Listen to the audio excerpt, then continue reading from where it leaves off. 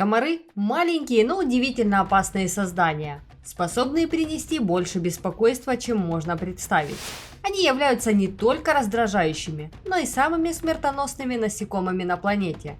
За годы своего существования эти кровососущие насекомые принесли смерть и страдания миллионам людей. Приветствую всех любителей природы в мире комаров.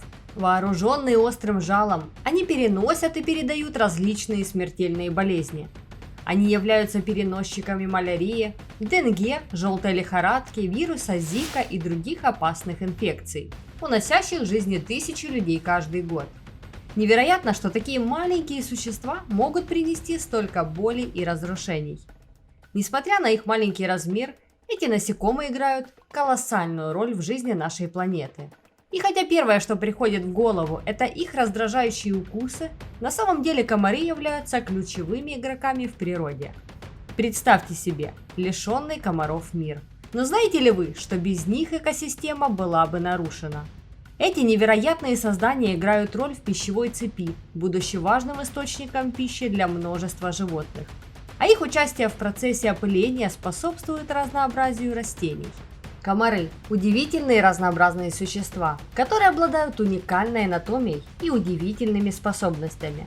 Эти крылатые насекомые присутствуют практически повсюду, от тропических лесов до северных ландшафтов, обитая в самых разных климатических условиях. Их строение поражает. У тонких и хрупких тел комаров две пары прозрачных крыльев, позволяющих им с легкостью маневрировать в воздухе. Их ноги удлиненные и позволяют им аккуратно приземляться на кожу, готовясь к нападению. Но, конечно же, самое заметное – это их характерный длинный носик, который используется для извлечения питательной крови. Маленькие по размеру, но великие в своих намерениях, комары ищут влажные места, такие как стоячая вода, болото или пруды, чтобы отложить свои яйца. Они обитают в самых разных местах, включая леса, города и сельские районы, находя убежище и пищу в разнообразных окружениях. От тропиков до умеренных зон, от дикой природы до наших собственных дворов, комары всегда найдут место, где им комфортно. Их адаптивность и способность находить скрытые источники влаги делают их одним из самых распространенных насекомых на планете. Комары, особенно самцы, и большинство видов самок питаются различными растительными соками и цветочным нектаром, обеспечивая себя углеводами и другими необходимыми питательными веществами из растений. Однако для самок комаров, ответственных за размножение, кровь становится важным источником питательных веществ, особенно белков. Белки, содержащиеся в крови, необходимы для развития яиц самок комаров. Комары используют кровь как источник белка для продолжения своего жизненного цикла. Комары используют свои удлиненные ротовые аппараты, состоящие из нескольких частей, чтобы проникнуть сквозь кожу животного или человека. Они обычно выбирают места, где кожа тонкая и сосуды находятся близко к поверхности, что облегчает им доступ к кровеносным сосудам. Сначала комары используют острый жгутик, называемый стилет, чтобы проколоть кожу. После этого они внедряют слюну, которая содержит антикоагулянты, чтобы предотвратить свертывание крови и облегчить процесс сосания. Кровь поступает через жгутик в систему пищеварения комара.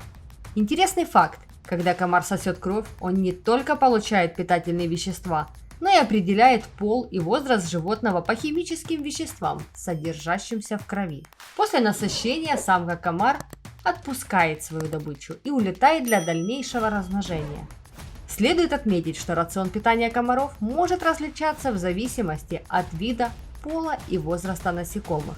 Самки комаров, словно хитрые исследователи, стремятся найти идеальное место для откладывания своих яиц. Их неутомимый поиск приводит к находкам уникальных уголков водоемов, болот или даже подступов к влажным локациям.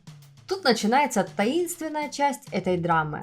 Комариные яйца, словно волшебные семена, оживают в невероятную жизнь. Из этих мельчайших точек начинается приключение личинок. Они настоящие выживальщики, борющиеся за свое место под солнцем в борьбе за пищу и выживание. Это фантастическое путешествие переплетается с волшебной трансформацией личинок в куколок, где каждый момент наполнен загадкой и тайной. Но вот наступает момент, когда из куколок выходят на свет взрослые комары. Им предстоит новое путешествие в поисках еды и возможности продолжения этой удивительной симфонии жизни через размножение.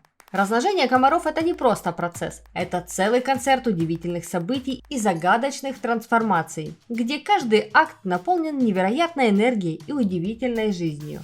В этом мире удивительного размножения комары становятся частью живописного полотна природы, и их история – это удивительное путешествие, раскрывающее нам еще одну тайну природы. Вода – первое место, где комары оставляют свои личинки, и именно здесь начинается борьба за выживание.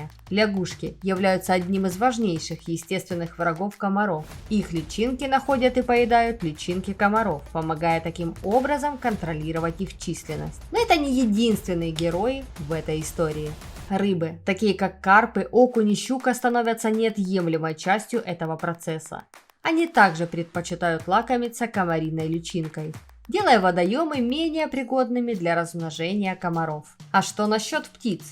Ласточки, скворцы и многие другие виды пернатых также являются активными хищниками для комаров. Они питаются взрослыми особями и их личинками, помогая поддерживать баланс численности этих насекомых. Пауки, различные виды насекомых и даже некоторые виды млекопитающих тоже играют свою роль в уменьшении численности.